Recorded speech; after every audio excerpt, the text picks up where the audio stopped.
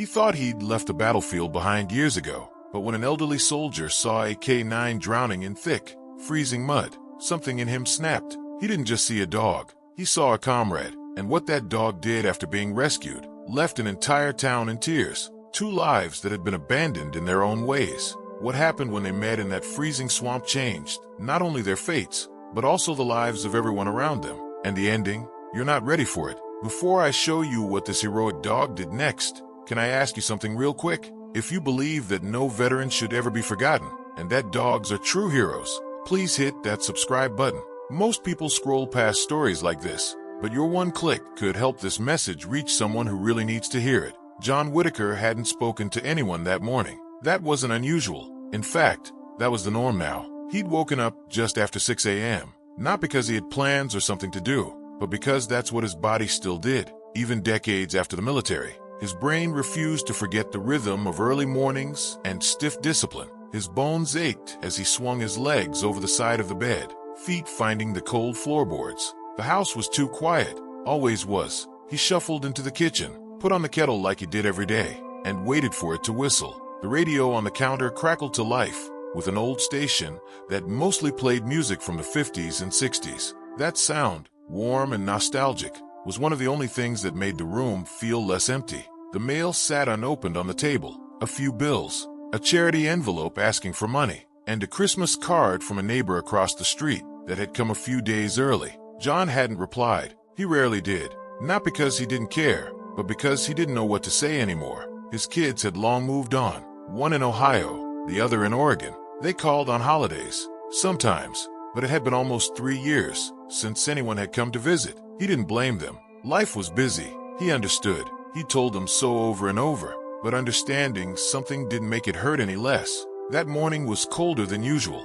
the kind of cold that makes the windows fog from the inside and stiffens your fingers even before you step out the door. John layered up sweater, coat, scarf before grabbing his reusable grocery bag and heading out. He didn't have much of a routine anymore, but every Wednesday morning, he walked to Granger's general store, picked up the same items, a loaf of bread, a few eggs, canned soup, and occasionally some dog treats. Even though he hadn't had a dog in years, force of habit, he'd always tell the cashier.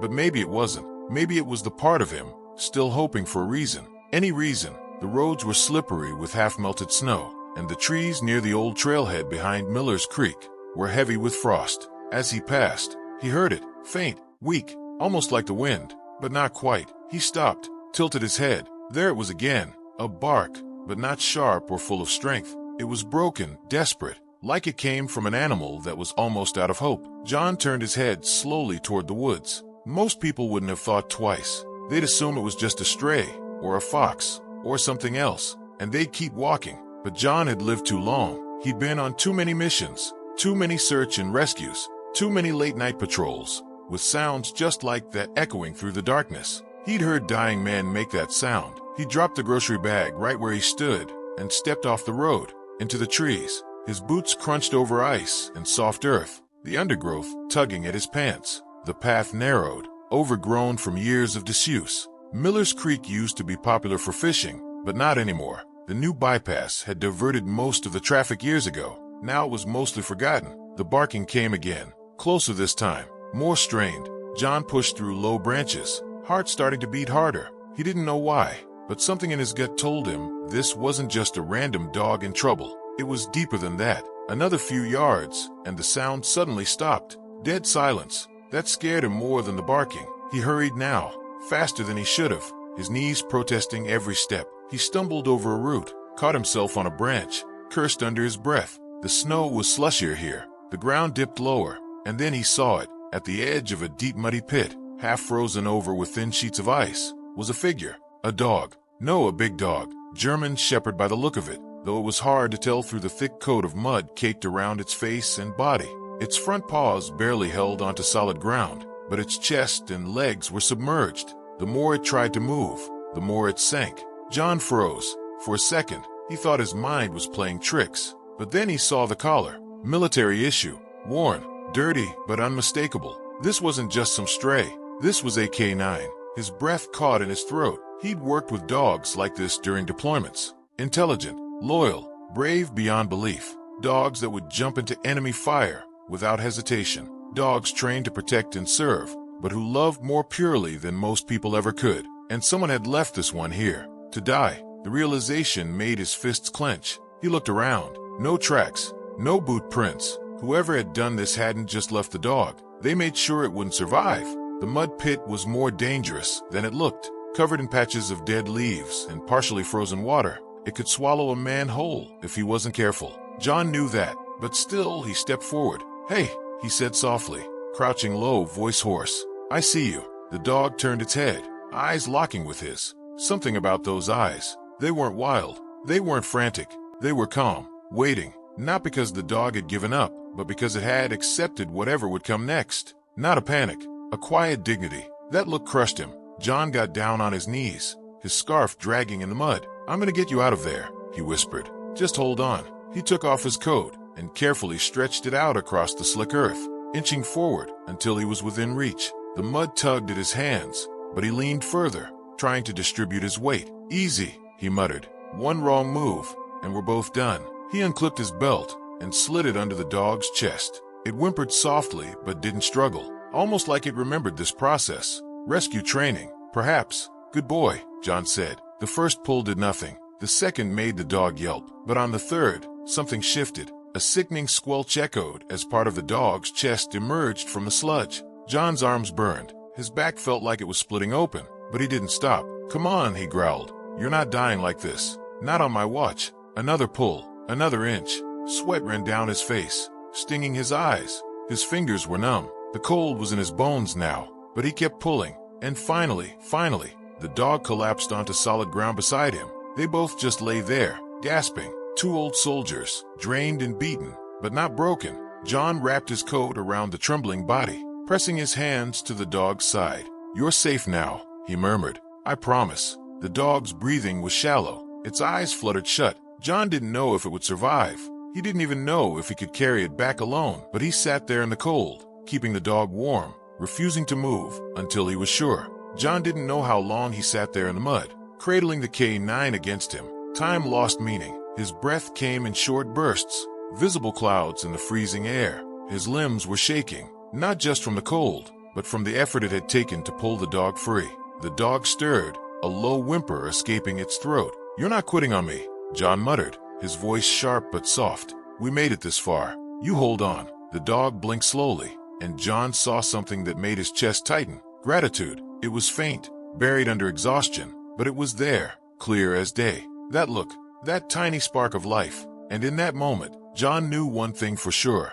This dog had been trained to trust people, and someone had betrayed that trust in the worst possible way. He couldn't leave the dog out here, not for one more second. But how was he going to carry him back? John stood slowly, knees protesting with every inch, and looked around. No one, still no help. His phone was back in the house. He hadn't expected to wander into a life or death situation while out buying groceries. He took a deep breath, crouched again, and tested the dog's weight. Too heavy to lift over his shoulders, too weak to walk. He reached under the dog's front legs, locking his arms in a way that wouldn't strain the dog's ribs. With a grunt, he began to drag him gently through the snow and brush, each step a battle. 10 steps, rest, 10 more, another break. Each drag left a trail of smeared mud behind them, like a path of pain written across the forest floor. "Don't fall asleep," John muttered. "You close your eyes. I'll kick your tail all the way back to the army." It was the same thing he'd said to injured soldiers when they tried to pass out. "Keep talking, keep the brain alive." "I bet you were a hell of a partner," he mumbled. "Bet you caught bad guys, sniffed bombs, all that stuff. You were somebody's hero. Damn shame they didn't stick around to return the favor." The dog groaned softly, almost as if he understood. The woods began to thin, the edge of the road coming into view. John pushed harder. When he finally reached the curb, he collapsed beside the dog, chest heaving. A car passed by on the far side of the road. John lifted his arm, trying to wave, but the driver kept going, not even glancing over. "Figures," John sighed. "You could be on fire out here, and no one would stop." But then, 10 seconds later, the same car reversed back into view. The window rolled down. "You okay, sir?" the young man asked. "Is that a dog?" "No, it's a raccoon," John grumbled. "Yes, it's a dog. He's hurt. I need help." The man jumped out, jogged across the road, and knelt beside the dog. "What the hell happened?" Found him out by Miller's Creek, John said, wiping mud from his face. Someone left him in the mud pit. Collar's military issue. This dog's not just any mutt. The man looked at John, then at the dog, then nodded. I'll get a blanket, he said, running back to his car. In minutes, the dog was in the back seat, resting on a pile of jackets and towels. John climbed in beside him, his coat still wrapped around the dog's frame. The young man turned to him. Vet or shelter? Vet, John said firmly. This one doesn't belong in a cage. Not again. The small animal clinic on the edge of town had just opened. The receptionist looked stunned as the muddy pair entered. One man, one near-lifeless dog. The vet, Dr. Melissa Hartley, came out in scrubs, her hands already gloved. My God, she whispered. What happened? Military dog, John said. Left to die. Found him half-buried. Can you help him? She didn't ask questions, just motioned them inside. John waited in the lobby, still coated in grime, unaware of how much he was shivering. Time passed like molasses. The clock ticked louder than normal. He stared at the wall, at the posters of happy, smiling pets, and all he could see were the eyes of that dog, sinking into the mud, silently pleading for someone to care. Finally, Melissa returned. He's stable, she said. Dehydrated, underfed, early signs of hypothermia. But we got him warm, got fluids in him. He's going to need rest and a home. John nodded slowly. He's got one. That night, back home, John set up a soft bed by the heater. The dog, now clean and resting, lay curled up under a thick blanket. His ribs showed through his coat. His paws twitched in his sleep. But he was alive.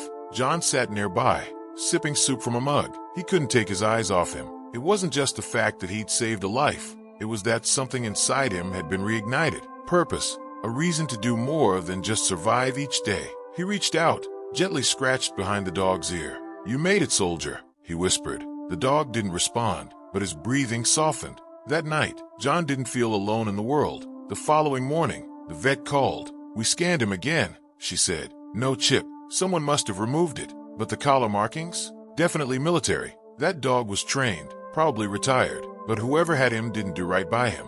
John already knew that. The dog had scars. Not just physical, but emotional. He flinched at sudden noises, didn't bark, didn't beg for food. He moved like someone waiting to be punished. John had seen those behaviors before, in soldiers who'd come home and didn't know how to act anymore. He made a silent vow that day. This dog wouldn't be forgotten again. He named him Shadow, not because of the dog's color, but because he followed John everywhere, quiet, loyal, like an extension of his own soul. John's neighbors started to notice. The man who used to walk with his head down now walked with a strong, watchful dog at his side. They asked where he came from. John would smile, pat Shadow's head and say, found him where I least expected, and needed him more than I knew. But he never told the full story. Not yet. Some wounds don't heal out loud. And as the days turned into weeks, John began to realize something strange. Shadow wasn't just healing from trauma. He was remembering things, commands, signals, the way he positioned himself by the door, the way he sat guard while John made coffee,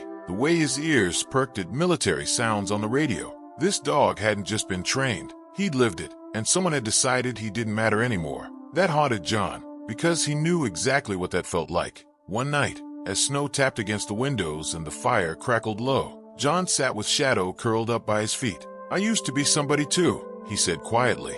But then I came home, and things changed. People forgot. My body broke down. My friends stopped calling. I thought maybe this was it. Just waiting for the end. He paused, reaching down to scratch behind Shadow's ear. But you changed that. Shadow raised his head, eyes focused, alert, and in that look, steady and calm, John saw something he hadn't seen in himself in years. Worth. Shadow didn't bark, at least not at first. Even as the days passed and his body began to regain strength, his voice remained silent. He moved like a soldier who had seen too much. Alert, watchful, always listening. John noticed it immediately. He's not just trained, he muttered one night, watching Shadow pace the living room. He's haunted. The dog would wake up in the middle of the night, eyes wide, body trembling. Sometimes he'd let out a low growl, like he was warning off invisible threats. John knew that look. He'd seen it in mirrors, in the eyes of men sitting across from him in group therapy. Shadow was carrying something, but the house wasn't empty anymore, and neither was John. They had each other now, and that meant something. Every morning, John would open the door, and Shadow would be waiting, not just at his side, but ahead of him, watching the street, checking the corners, sniffing the air like he was on patrol. Neighbors started waving more. Some even stopped to say hello. "I haven't seen you smile in years, John," one of them said. John didn't even realize he'd been smiling. At the vet's office, Dr. Hartley ran another exam. "He's improving faster than I thought," she said, gently checking Shadow's heart with a stethoscope. "Still skittish, but whatever you're doing, keep doing it." John nodded, patting the dog's back. He just needed someone to show up, that's all. Before they left, the receptionist handed John a stack of flyers. "We're doing a retired K9 awareness week next month," she said. "You should come talk. Your story that matters." John chuckled. "I'm not much of a talker," but something inside him flickered. Maybe it was time to start. A few weeks later, something happened that would cement their bond forever. It was early, cold. The sky was still dark when John woke up dizzy. Not just tired, wrong. His chest was tight. His arm felt numb. He staggered out of bed, trying to reach the phone. But before he could, he collapsed, face down, barely able to breathe. He didn't scream. He couldn't. But Shadow heard everything. The dog rushed to him instantly, nudging his face, licking his hand. When John didn't move, Shadow let out a sharp whine, then ran to the front door, barking for the first time since his rescue. Not just one bark, a storm of them, loud, urgent, unstoppable. He clawed at the door, scratched the handle, then ran back to John, then back to the door, over and over. It took less than 2 minutes before the neighbor across the street noticed. She had never seen Shadow act like that. She called 911. When the paramedics arrived, Shadow was lying next to John, his head resting gently on John's chest, as if he were guarding him, as if he knew that until help arrived, it was his job to keep the heartbeat going. The EMT who carried John out looked down at the dog and said, "You just saved your old man's life." Shadow didn't move until the ambulance doors closed. John survived. A mild heart attack, they said. Lucky, very lucky. At the hospital, the nurses couldn't stop talking about the story. AK-9 saved his handler, one of them asked. John shook his head weakly. "I'm not his handler. He just chose me." They all smiled. But it wasn't just a heartwarming tale. It was real, measurable. Without Shadow, John would have died on the floor that morning, alone. Instead, he woke up to the sound of familiar paws on the tile, as Shadow was allowed a quick visit. In the waiting room days later, John's eyes lit up. "You kept barking," he asked. Shadow sat down calmly, tail thumping once. John leaned back, tears gathering at the edge of his eyes. "Good soldier." Word got out. The vet's office shared the story on their Facebook page. Local news picked it up. Before long, John and Shadow were being called the heroes of Halloween. Kids wrote them letters. One drawing showed Shadow in a superhero cape. Another showed John and Shadow standing on top of a hill with the words, "Real heroes walk on 4 paws." John read every letter, and for the first time in years, he felt proud. Not for what he'd done decades ago, but for what he was doing now. Living, healing, making a difference. Shadow had been left to die. So had John in a way. But neither of them were done. Not yet. When the retired K9 awareness event finally arrived, John stood at the podium, hands trembling slightly. Shadow sat at his side, unmoving, eyes locked on the crowd. There were veterans in the room, kids, reporters. John cleared his throat. "I never planned to give a speech," he said. "I thought I was done being useful. Turns out, I just hadn't been found yet." He looked down at Shadow, who sat patiently. "I didn't rescue him. Not really. I just showed up, and in return, he saved my life, twice." He paused. "We talk a lot about heroes, about medals and missions,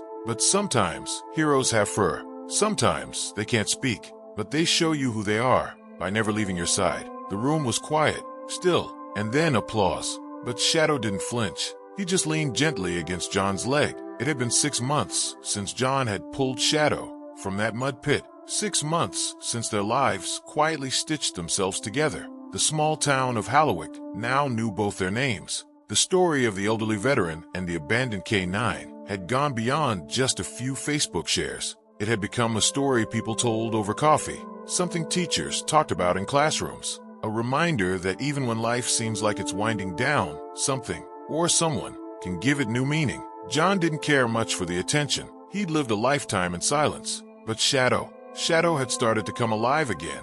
The same dog who used to flinch at loud sounds now wagged his tail when kids called his name. The same dog who once whimpered in nightmares now lay at John's side peacefully, eyes shut, legs relaxed. It was healing in the purest form. But as the leaves began to fall and the air turned sharper with the bite of approaching winter, something shifted. Shadow began to move slower. At first, John thought it was just the cold. Then the limp came, followed by labored breathing after short walks, and then the appetite vanished. John sat in the vet's office again, hands folded tightly in his lap, as Dr. Hartley examined Shadow. She didn't say anything for a long time, just pressed her stethoscope to the dog's chest, gently lifted his eyes, felt along his ribs. Finally, she let out a sigh, a long, slow exhale that felt like a warning shot before the news even came. "John, I'm afraid it's cancer." The words didn't land immediately. John blinked. "What kind?" "Hemangiosarcoma," she said quietly. "It's aggressive, common in older German shepherds, especially ones who've experienced severe trauma. It could have been forming long before you found him." John's eyes stayed fixed on Shadow, who lay on the table calmly, as if he already knew, as if he was just waiting for the confirmation. "Can we treat it? There's surgery, chemotherapy, but it's expensive, painful, and at his age." She trailed off. John didn't need her to finish. He knew what that meant. Not long. He brought Shadow home that day and laid him on his favorite blanket near the fireplace. For hours, he sat beside him, stroking his head, trying not to cry. But the tears came anyway. Shadow looked up at him and did something he hadn't done since the beginning. He licked John's cheek. Not just a quick touch, a full, intentional moment. Like he was saying, "It's okay, I'm ready." But John wasn't. He wasn't ready to lose him. Not yet. Not again. A week later, something happened that no one in Halloween would ever forget. It was a Sunday morning. Cold, quiet, frost coated the streets, and most people were still asleep or at church. John was brewing coffee when he heard it, a scream. Faint but sharp. A woman. Then another. Louder this time. He rushed to the window and saw smoke. Thick, black smoke curling into the air, just a block away. Without thinking, John grabbed his coat and rushed outside. Shadow tried to get up too, but stumbled, collapsing back onto the floor. "No," John said, crouching down. "You stay. You rest. I've got this." But Shadow didn't listen. With trembling legs, he stood. Step by step, he followed John to the front door. By the time they reached the burning house, a crowd had gathered.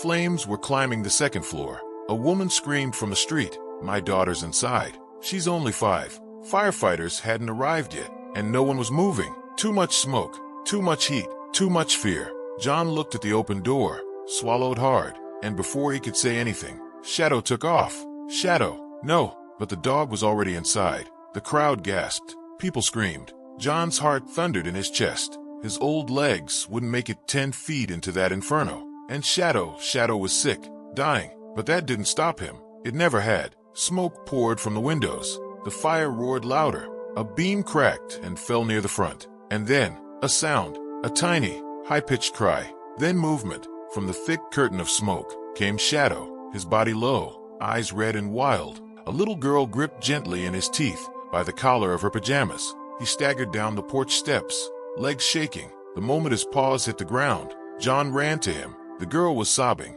her arms wrapped around the dog's neck. Shadow collapsed. The firefighters arrived seconds later. The girl was taken to the paramedics. Shadow was rushed back to Dr. Hartley. John rode in the back seat with him, whispering to him the whole time, "You did good, soldier. You saved her. You saved her." Shadow didn't move, but his eyes opened, just for a moment, long enough to meet John's. One last time. They tried everything, fluids, heat, oxygen, but the damage was done. Between the cancer, the smoke, the heat, it was too much. John sat by the table, holding Shadow's paw, whispering stories about the war, about their walks, about the time they met by that muddy pit. When the vet finally said it was time, John nodded, even though his heart was shattering. "It's okay," he whispered. "You can rest now. Mission complete." Shadow's breathing slowed, then stopped. The town of Halloween held a vigil that week. The girl Shadow had saved, her name was Emily, wore a t-shirt with a paw print on it, and cried as her mother told the story to reporters.